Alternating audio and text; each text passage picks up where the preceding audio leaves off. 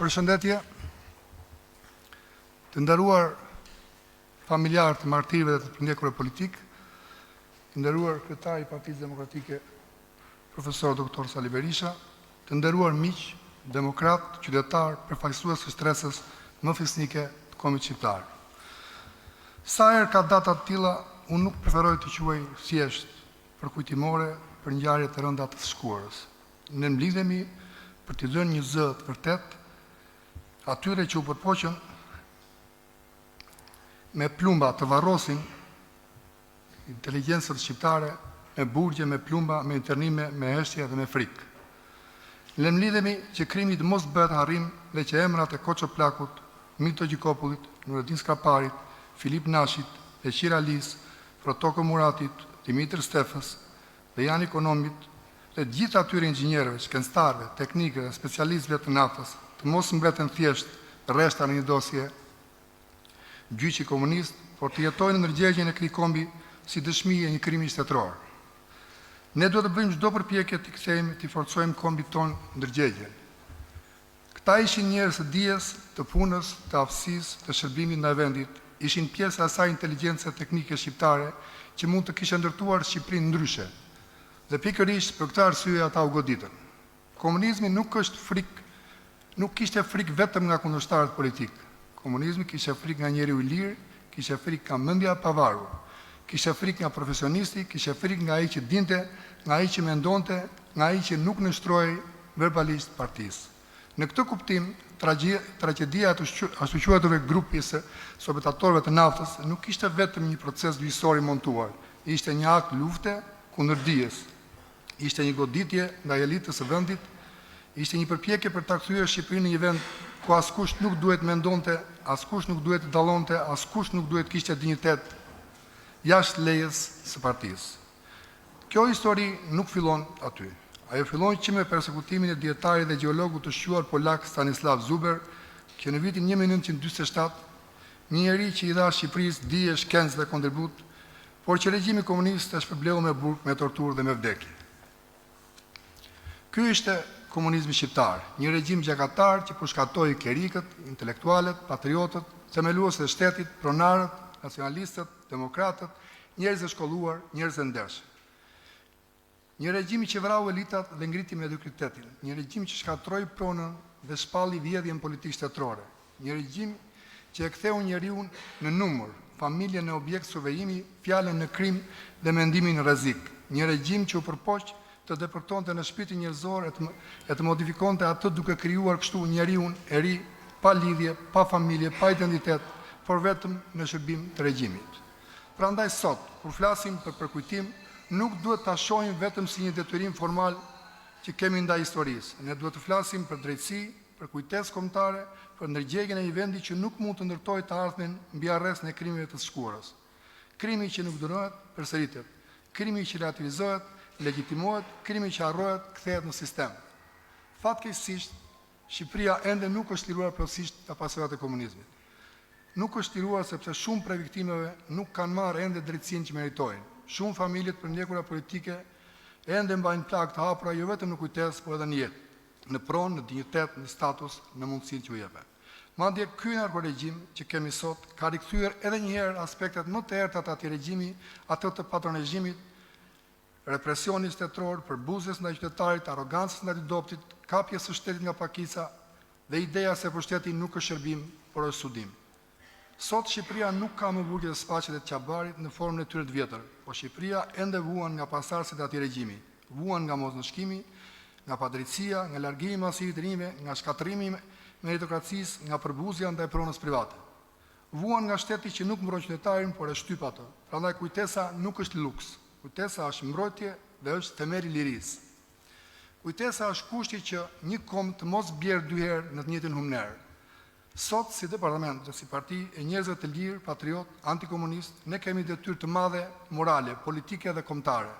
Të mos lejojmë që sakrifica e këtyre njerëzve të trajtohet si histori e largët. Të mos lejojmë që komunizmi të paraqitet si gabim apo qoftë edhe nga shumë kush si nostalgji e padëmshme. Jo, komunizmi ishte krim. Ishte krim kundër njeriut, kundër familjes shqiptare, kundër pronës, kundër besimit, krim kundër dijes.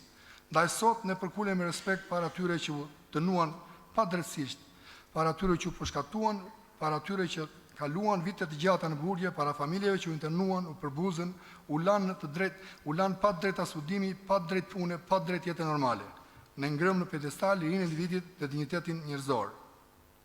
Sot ne nuk përkulemi para skeqes nuk përkulemi kurrë. Sot ngrihemi përballë saj me kujtesë, me dinjitet dhe me ndosmëri se Shqipëria duhet të jetë vend i lirisë, i pronës, i dinjitet njerëzor, i meritës dhe i zvërtetës. Ky është borxhi ynë ndaj atyre që nuk jetojnë më. Ky është detyrimi ynë ndaj atyre që vuajtën, ky është amaneti ynë ndaj brezave që vijnë. Ne u detyrojmë atyre martirëve dhe brezave që do të vijnë, të ngrihemi sot për Shqipërinë përpara kësaj diktature moderne, të mbajtur nga droga e krimi e të gjejmë brenda nesh kurajin për të sfiduar pasardhësit e atyre që bën krimet nga më misteriozet dhe të shpëtojmë vendin përpara se të jetë vonë. Lavdi martirëve të naftës, lavdi të gjithë viktimave të diktaturës komunizme, nderim të përjetshëm për leku politik. Faleminderit.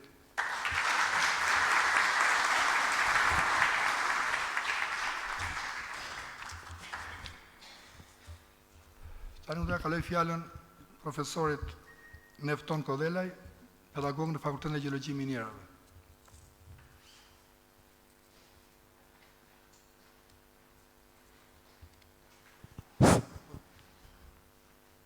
Nderuar zonja Skrapari, besoj do më lejoni që t'i drejtojmë zonja Skrapari përpara i nderuar profesor Berisha, nderuar drejtuesi i departamentit, nderuar zonja zotërinj, nderuar koleg.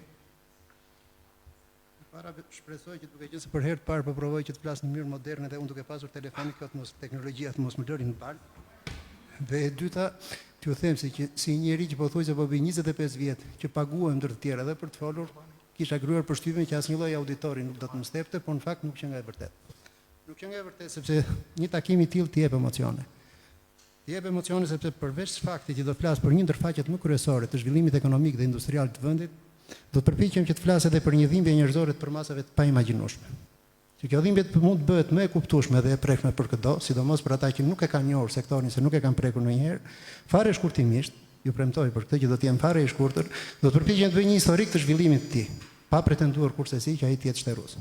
Industria e naftës dhe e gazit në Shqipëri ka hyrë në vitin 108, madje po del nga viti 108 i saj. Pasi ka filluar, fillesën e saj ka në vitin 1918, kur kompanitë ndërkombëtare të ardhur nga Italia, Franca dhe Britania e Madhe kulmuan me gjetjen e rezervave të para të nxjerrshme apo industriale në vendurimin e Drezhovicës. Një proces që vetëm filloi aty sepse u vazhdua nga një nga korifejt, nga ata që kanë bërë më shumë për këtë vend, pavarësisht se nuk ka qenë shqiptar, profesor Stanislav Zuberi, që arriti të zbulonte vendurimin e Patos Verbasit dhe atë të Kuçovës. E kështu u vazhdua në vijimësi në vitet që vijojnë për të kulmuar me gjetjen me kërkim zbulimi dhe gjetjen dhe vënien në shfrytëzim industrial të 9 vendurimeve të naftës dhe gazit, të 3 vendurimeve të gazit natyror dhe 5 vendurimeve të gaz kondensat. Kuptohet që shfrytëzimi industrial i gjitha këtyre vendurimeve do të kërkonte domosdoshmërisht edhe zhvillimin e industrisë përpunuese të naftës, fillesat industria përpunuese e naftës i ka me distilerin primitive edhe për kohën e ndërtuar në Kuçov nga shoqëria IPA në vitin 1940, në hapin e dytë ajo u zgjerua nga gjermanët në vitin 1944, por që nuk u vu dot asnjëherë në shfrytëzim për shkak të burimeve, për shkak të bombardimeve që i bën aleatët kësaj distilerie. Në vitin 1945 u zgjerua më tej dhe u modernizua për aq sa mund të flitet për modernizim të asaj distilerie rafineria e Kuçovës në 2 faza, në janar dhe në dhjetor të vitit 1945 për të vijuar kështu hap pas hapi edhe me përmirësime të tjera në vitin 1957, 61 dhe 63. Në vitin 1951 u ndërtua rafineria e dytë e përpunimit të naftës në Cerik, që edhe kjo u zhvillua me fazat një pas njëshe. U zgjerua në vitin 61 dhe 69. Ndërtimi i rafinerisë naftës në Fier jo vetëm rrit kapacitetet përpunuese të naftës në vend, por shënon edhe një zhvillim të ri, sepse është e para rafinerie, e para vepër që është projektuar plotësisht nga specialistët shqiptar. Kombinati i përpunimit të thellë të naftës, që u ndërtua nga vitet 1970-1978, përfaqëson pa diskutim veprën më të rëndësishme industriale në këtë drejtim. Cili do është në gjendje që të bëj dallimet midis vendeve të zhvilluara apo ato që ne rëndomi quajmë të pasura, vendet në zhvillim, ashtu siç Shqipëria do të pretendonte që të ishte, dhe vendet e varfër. Kjo është ndarja e pushteteve, respektimi i lirive dhe drejtave të njeriut, sistemi gjyqësor, ofrimi i shërbimeve për qytetarët, shkalla e mirëqenies, por jo më pak i rëndësishëm është edhe raporti që ato kanë me pasuritë natyrore dhe përfitimin që sigurojnë për tyre. Vendi ynë, edhe pse i vogël, nuk është i varfër në burime natyrore. Madje mund të quhet në sektor të caktuar edhe i pasur në burime natyrore. Jo më pak kanë qenë dhe rezervat e hidrokarburëve në Shqipëri, por në çfarë janë përkthyer ato? Përveç në i zhvillimi fare sipërfaqësor për qytetin e parë të naftarëve në vend, Kuçovës, dhe diçka më mirë për qytetin më të rëndësishëm të hidrokarburëve në vend atë të Fierit, absolutisht komunitetet e këtyre zonave nuk kanë arritur që të prekin asgjë që do të përkthejnë mirëqenie. Krejt e kundërta ka ndodhur. Zhvillimi i bazuar në parimin vrastar bolshe terrorist, të mbështetjes në forcat tona solli dëme kolosale mbi të gjitha vendurimet. Pothuajse të gjitha ato kanë eruptuar në mënyrë të pakontrolluar. Mbi mjedisin u vran pothuajse të gjitha vendurimet sipërfaqësore dhe jo pak prej atyre në toksore të ujit. Nga dotja me hidrokarburë dhe kimikate që ky sektor ka përdorur dhe vijon që të përdor.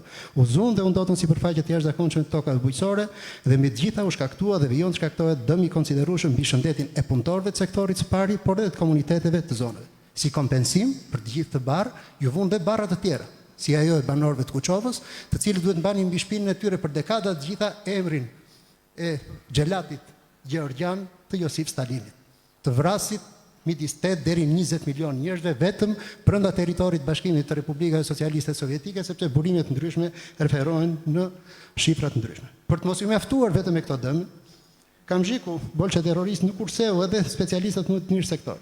Në 46 vite të mbretërimit të terrorit komunist opunist përmes armës të tij barbare, sigurimit të shtetit dhe organeve të padrejtisë së partisë, u dënuan këta korifej të sektorit. Stanislav Zuber, që u ekzekutuan në mënyrë barbare me shkel në kokë, në 16 tetor të vitit 1947. Riza Alizoti, ndërsa në janar të vitit 1947 u dekorua nga Prezidiumi i Kuvendit Popullor për kontribut të çmuar në ringritjen e industrisë naftës, ju plotësua kjo dekorat në tetor po të vitit 1947, kur u varë në mezin e qytetit pasi u akuzua si sabotator dhe agenti amerikanëve. Thoma Pojani pati të njëjtin fat. Ky ishte vetëm grupi i parë i sabotatorëve dhe ekzekutuarve të sektorit. Për të vijuar më tej me Koço Plakun, Milto Gjikopullin, Filip Nashin, Beqir Alin, Protoko Muratin, Jan Ikonomi, Dimitër Stefan dhe Nuredin Skraparin, dy prej cilëve, Koço Plaku dhe Milto Gjikopulli, u dënuan me vdekje me pushkatim, ndërsa të tjerët në total u dënuan me një numër shumë të madh vitesh burg. Sikur të mos mjaftonin, në vend që të falenderoheshin dhe të shpërbleheshin monetarisht nga shteti për kontributin e jashtëzakonshëm që dhanë në zhvillimin e ekonomisë kombëtare, të gjithë këta u gjobitën me 891.876.800 lekë. U shpall ky vendim në 17 qershor të vitit 1976 dhe 20 tetor të vitit 1976 Presidiumi i Kuvendit Popullor lanë në fuqi të gjitha vendimet që kishte dhënë gjykata e lartë dhe u ekzekutuan me një herë mbrapa Koço Plaku dhe Milto Gjikopulli, dy ndër gjeologët që do t'i bënin nder të gjithë planetit, lëre më një vendi të vogël si Shqipëria. Nuk përfundon këtu. Kadri Rama, po ashtu i dënuar në vitin 1976. Petraj Gjashka është i pari i grupit të fundit sabotatorëve në naftë, i cili së bashku me Enrico Veizin, Petrica Dushim, Minër Arapin dhe Luan Këlliçin u dënuan në 10 janar të vitit 1987. Dhe lista, jo nga ana kronologjike, mbyllet me profesorin e talentuar dhe gjeologun e jashtëzakonshëm, Tomi Kristo, i cili për të mos pranuar që të zvetënohej, u detyrua që të briste vetë. Ju kërkua të shpifte për kolegët e tij, të tradhtonte besimin e kolegëve të tij dhe aty nuk i ngeli asnjë rrugë tjetër përveç vetvrasjes. Në total, ju ndërprej jeta në mënyrë kriminale 6 njerëz dhe u dha një dënime prej 269 vitesh burg. Shoqëria shqiptare, pavarësisht përparimit që ka bërë në këto 35 vite, ende është shumë larg objektiveve të saj të zhvillimit. Arsyet mund të jenë dhe pa diskutim janë të shumta, por nuk duhet lënë mënjade borxhet morale që ajo ka përpara viktimave të regjimit bolshe terrorist. Shpirtat e trazuar dhe të paqet të këtyre viktimave krejt pafajshme ende u lurasin. Ende ka prej tyre që kërkojnë një varr. Mos u çudisni, po.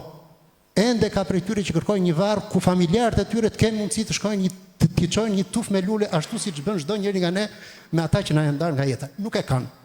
Dhe me sa duket nuk kanë për ta pasur ata asnjëherë.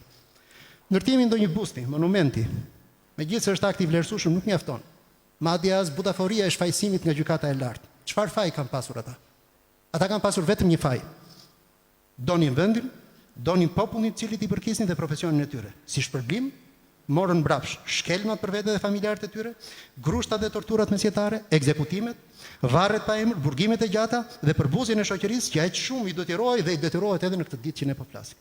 Le të përpiqemi të gjithë së pari ta njohim këtë borxh moral kaq të madh dhe më pas të shtojmë përpjekjet për ta larë atë, duke shpresuar dhe duke lutur që kjo përpjekje të na pranohet. Ndryshe, të jemi të sigurt që asnjëherë nuk kemi për të ndarë seriozisht dhe sinqerisht nga kjo e kaluar e errët. e cila nëse harrohet, pa asnjë ndyshje, pa asnjë diskutim do të përsëritet, por kur të kujtohemi ne do të jetë fatalisht shumë vonë.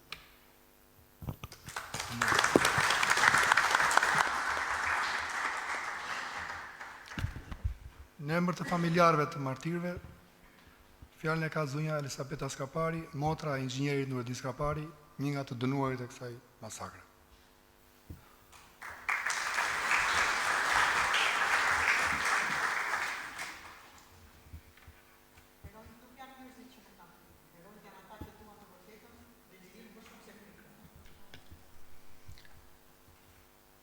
Të nderuar miq, kolegë dhe bashkëvajtës të tim vllai, i nderuar kryetari i Partisë Demokratike, profesor Dr. Sali Berisha, për gjithë mbështetjen dhe vlerësimin që keni dhënë shtresës tonë, dhe në veçanti respektin e veçantë ndaj shtresës së intelektualëve të masakruar nga diktatura hoxhiste.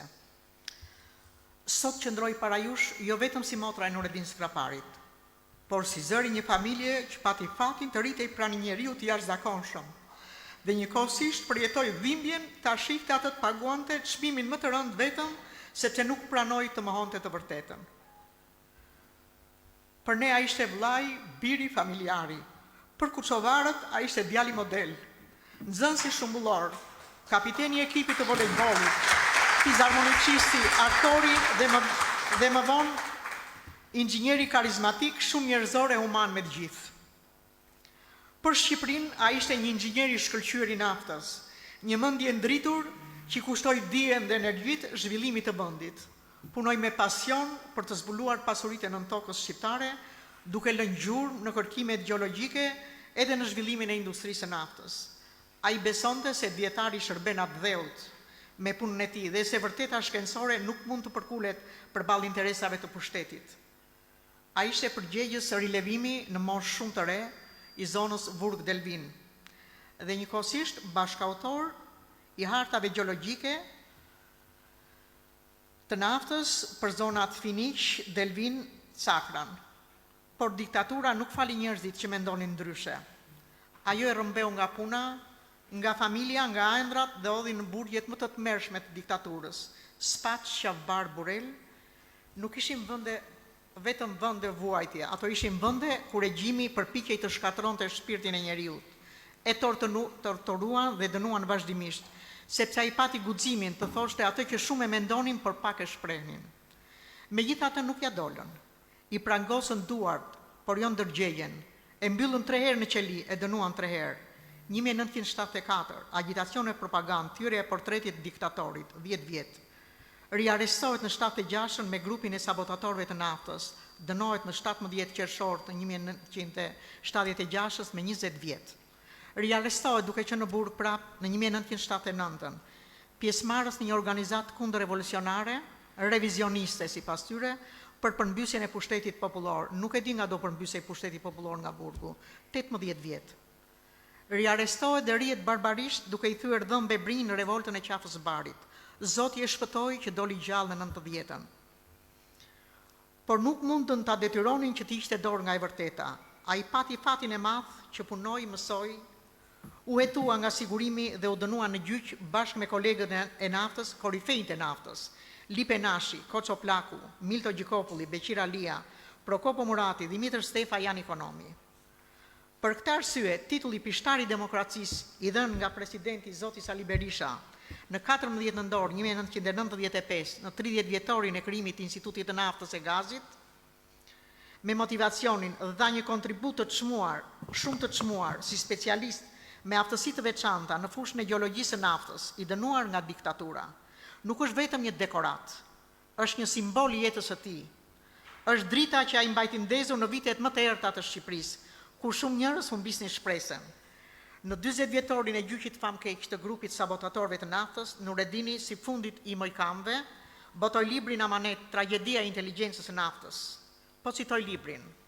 Për të hedhur dritë mbi ato ngjarje dritëruese serioze, që sollën kohë për inteligjencën e naftës, në veçanti për korifejt e gjeologjisë shqiptare, të martirizuar me ardhjën në pushtet të regjimit komunist. Nisa të shkruaj të shkarkoj kujtesën time këtë peshë të rëndë e të dhimbshme njerëzi, të lë diçka të shkruar për tragjedinë e inteligjencës së naftës si një akt drejtësie. ata njerëz të mëdhenj, më përsollën vlerat më të mira të tyre, por dhe kujtimet hidhura, vuajtjet dhe ndëshkimet e pamerituara nga regjimi i dhunshëm.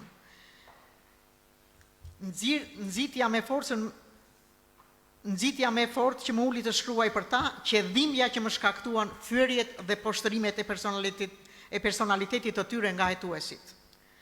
Dhimbjen e kam përjetuar gjatë gjithë kohës që shkruajta tragjedinë e inteligjencës së naftës. Ne u martirizuam për lirinë e mendimit shkencor. Kjo sprov është një omazh për gjeologët e shquar të naftës, që në historinë e këtij vendi do të shkëlqejnë si një komet plot dritë për kontributin e dhënë. Ata na nderuan dhe lanë pas dritë e pasuri për Shqipërinë e shqiptarët. Ky është citimi nga libri i tij.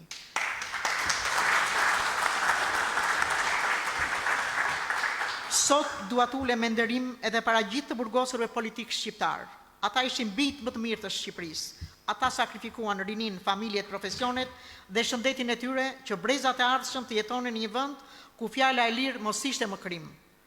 Por një nderim të veçantë për korifejnë të inteligjencës së naftës, ata që i dhuruan atë dheut lumej nafte dhe diktatura i dënoi me pelgje gjaku dhe dënime pa fund.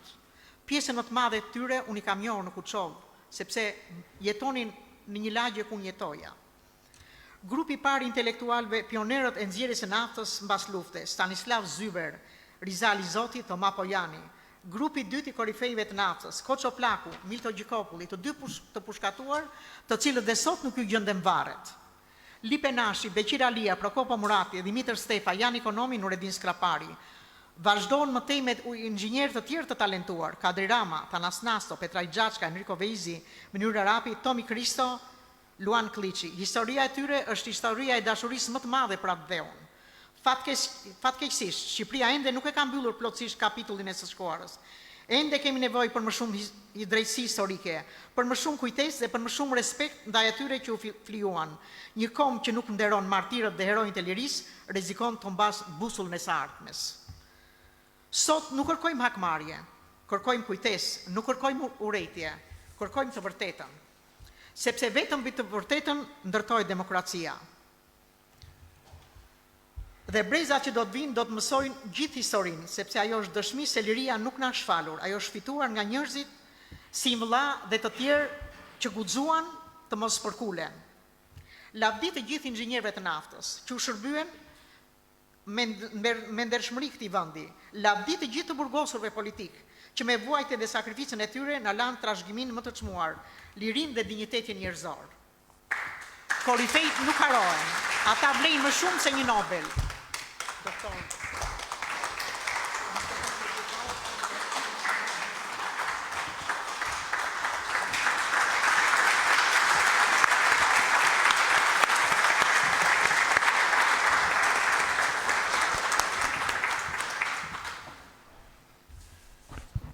Tani kam nderin të kaloj fjalën kryetarit të Partisë Demokratike, profesor doktor Sali Berishës.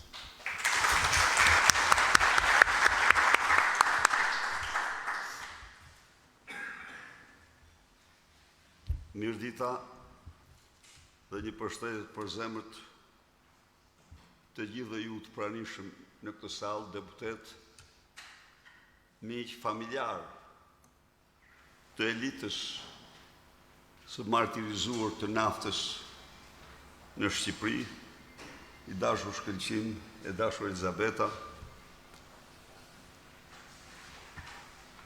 Jemi mbledhur sot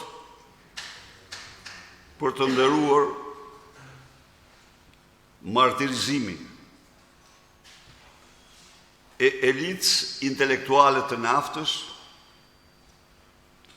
e përbërë nga adhetar të flakt, nga inxhinierë të shquar,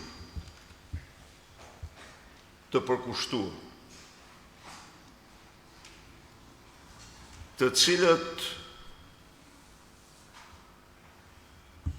u eliminuar, u torturuar, u burgosen, u ekzekutuar, vetëm e vetëm sepse shfaqen mendimin e tyre shkencor. njerëz që i shërbyen Shqipërisë dhe kombit në një fushë strategjike të një rëndësie të madhe. Por që për diktatorin dhe diktaturën ishte po aq ideologjike sa letrat dhe ushtria. Historia e elitës së naftës është një histori e pa shembull, tragjike. Fillon me ekzekutimin e një kolosit madh të gjeologjisë botërore, Stanislav Zubër. Dhe inxhinierëve të tjerë të shquar Alizoti, bashkëpunëtor të tij, gjithnjë të dyshuar si sabotator.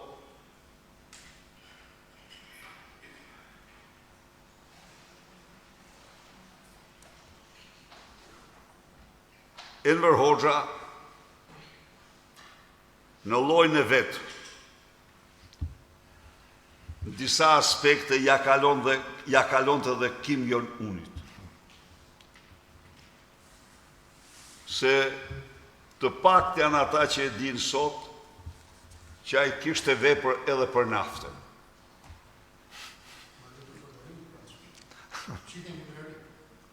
Dhe në veprën e tij mbi naftën për naftën, ai përcaktonte edhe se ku duhet të çpoheshin. Se ma thot kjo mendja ime, Këtu ka. thoshte se ky 3 këndsh apo ky 4 këndsh ka naftë. Dhe natyrisht, inxhinierët ishin detyruar të çponin aty.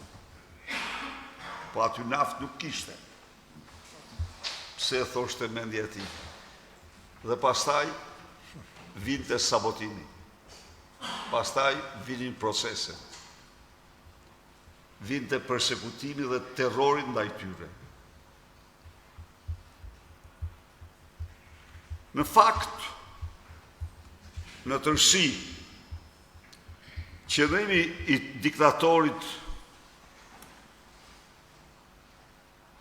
ishte një qëndrimi i njeriu paranojak,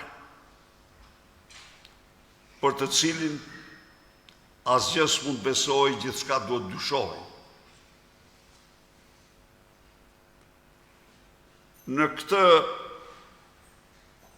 kalvar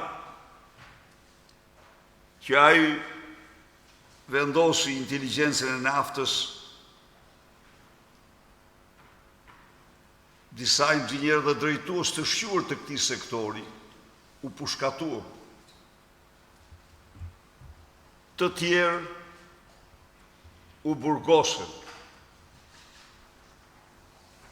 grupe pas grupesh,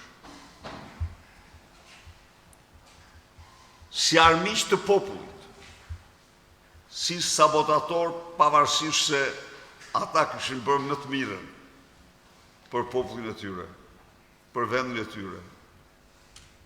Ata ishin njerëz të Zot taft. Por, me qenë se pritshmëritë e diktatorit nuk realizoheshin, ata goditeshin.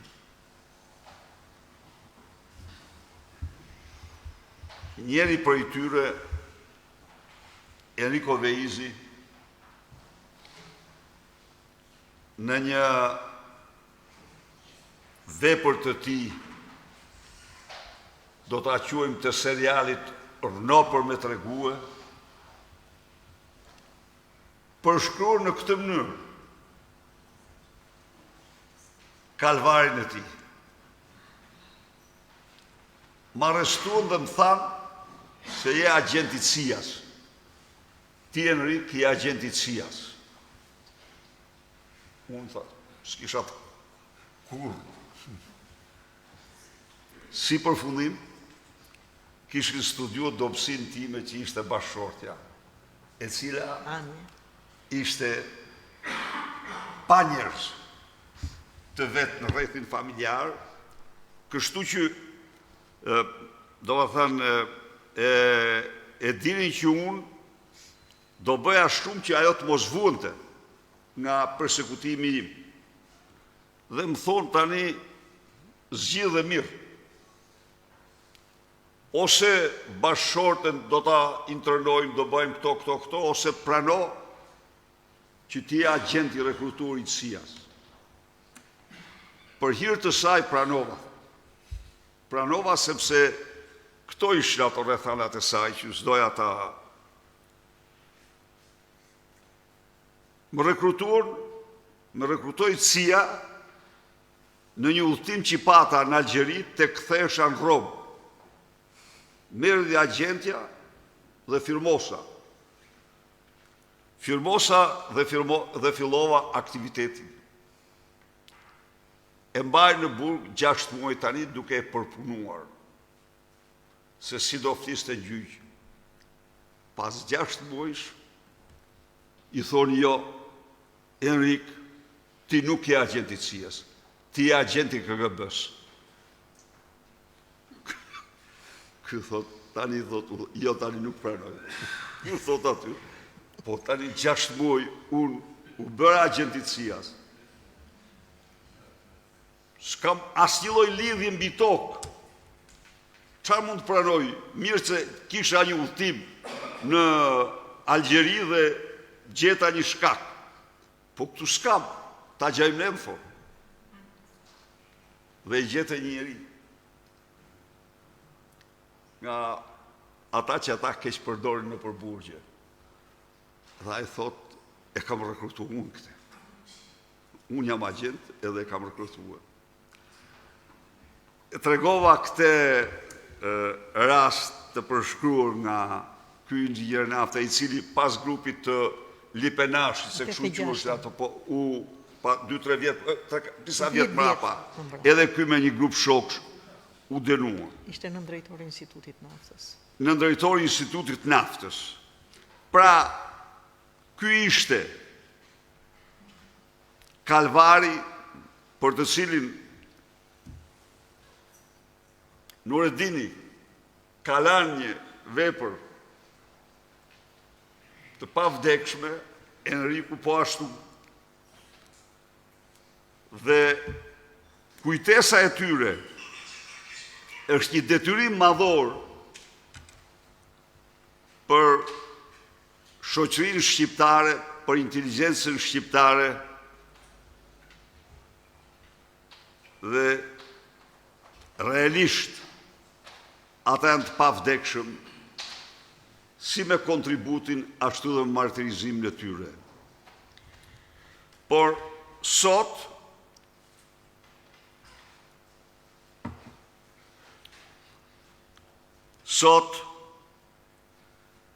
në Shqipëri nderohen për fatin më të keq xhelatët. Nderohen banditët dhe kriminalët.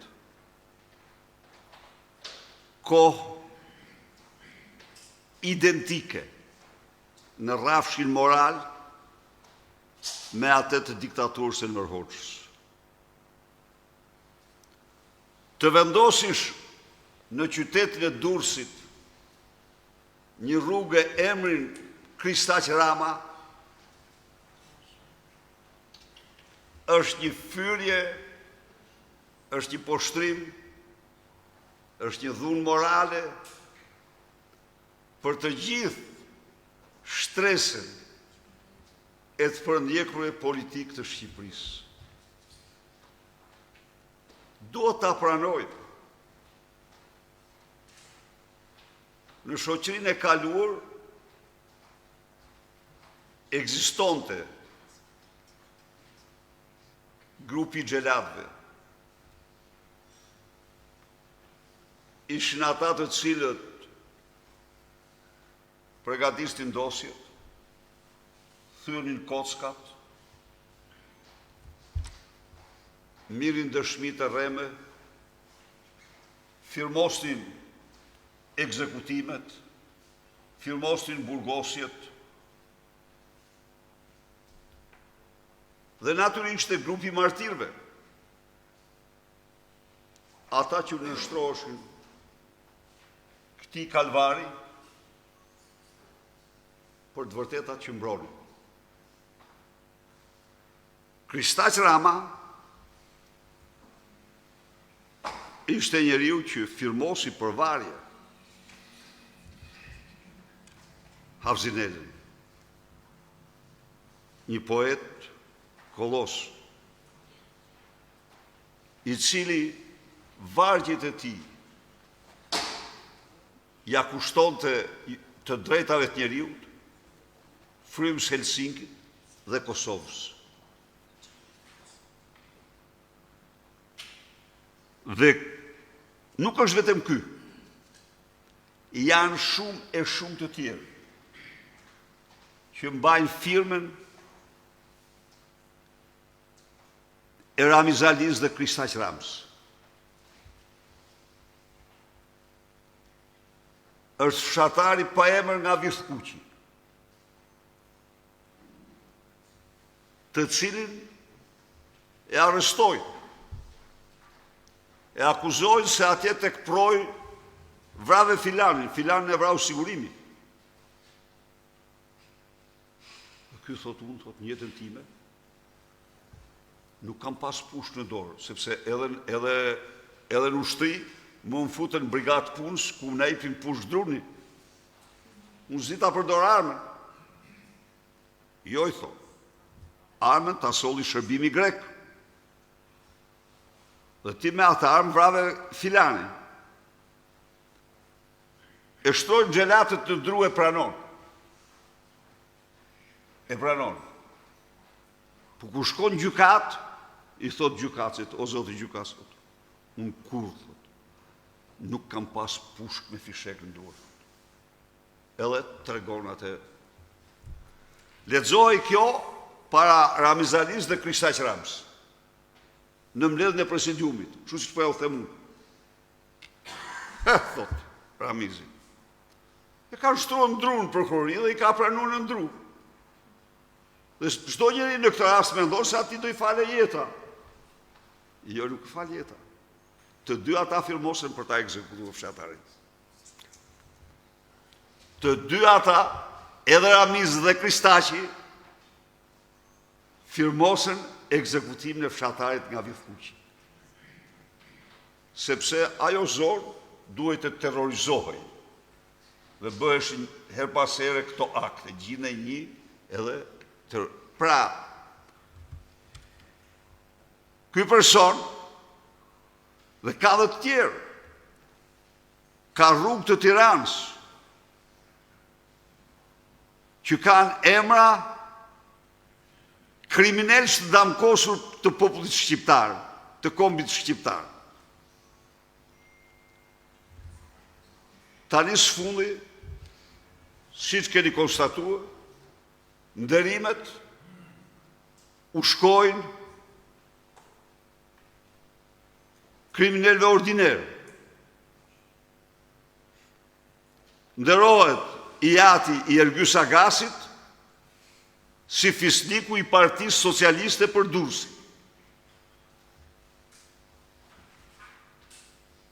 Për meritat që i biri është një nga mafiozët më të rrezikshëm, jo të Shqipërisë, po të Europës. Nderohet Jurgen Çyrbja, deputeti që shërbente si informator për Altin Hajrin, vrasin mizor, që i mori jetën janë prengës edhe ja preu trupin copa-copa. Dhe ky njeri bën 3 vite burg, se u gjetën gjithë telefonatat dhe çdo gjë, dhe del dhe nderohet me dekorat me firmë të Edi Ramës. Pse i theksova këto? Është i njëjti moral por sot Shqipëria nuk mund të ketë skuadra pushkatimi, sot Shqipëria nuk mund të ketë kampe internimi dhe përqendrimi, por në kuadrën e atyre që mund të bëj kjo Shqipëri, gjetë mërësisht nga rafshin politik me Shqipërinë e dikurshme. Se këto mund të bëj. Ndaj dhe një dramë të madhe për një kombë, se në një harë kohor, në distancë 30-30 sa vjeçare të provoj një diktaturë të dytë, nuk ka. Dhe kjo diktaturë e dytë, në disa aspekte, është regjimi më shkatrimtar i kombit shqiptar në histori. Në kuptimin, fare thjesht, që në zbatim të një doktrine të spastrimit etnik të shqiptarve, kjo ka larguar nga Shqipëria 2 herë më shumë se serbët nga Kosova në zbatim të doktrinës së Çubrilovicit. Ndaj dhe duke nderimi më i madh që ne u bëjmë viktimave të asaj diktature është të luftojmë me të gjitha mundësitë tona këtë regjim, këtë diktaturë autoritare që po shkatron si asnjë regjim tjetër qenien shqiptare, që është një rrezik ekzistencial për kombin tonë. Një protestë e madhe qytetare rinore është në vazhdim. Do të bëjmë gjithçka që të finalizohet me sukses misioni i saj.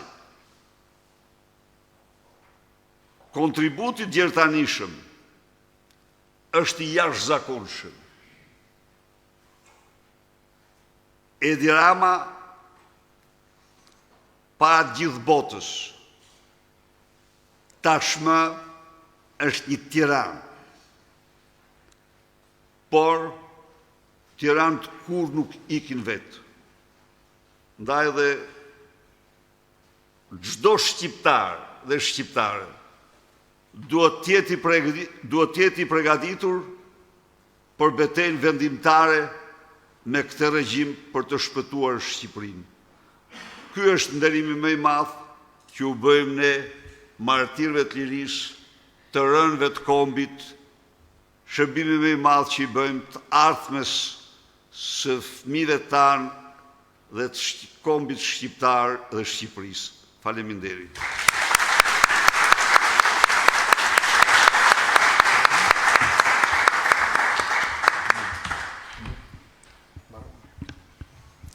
Duke ju falendëruar edhe një herë gjithë për pjesëmarrjen, e mbyllim këtu këtë aktivitet. Faleminderit. Faleminderit.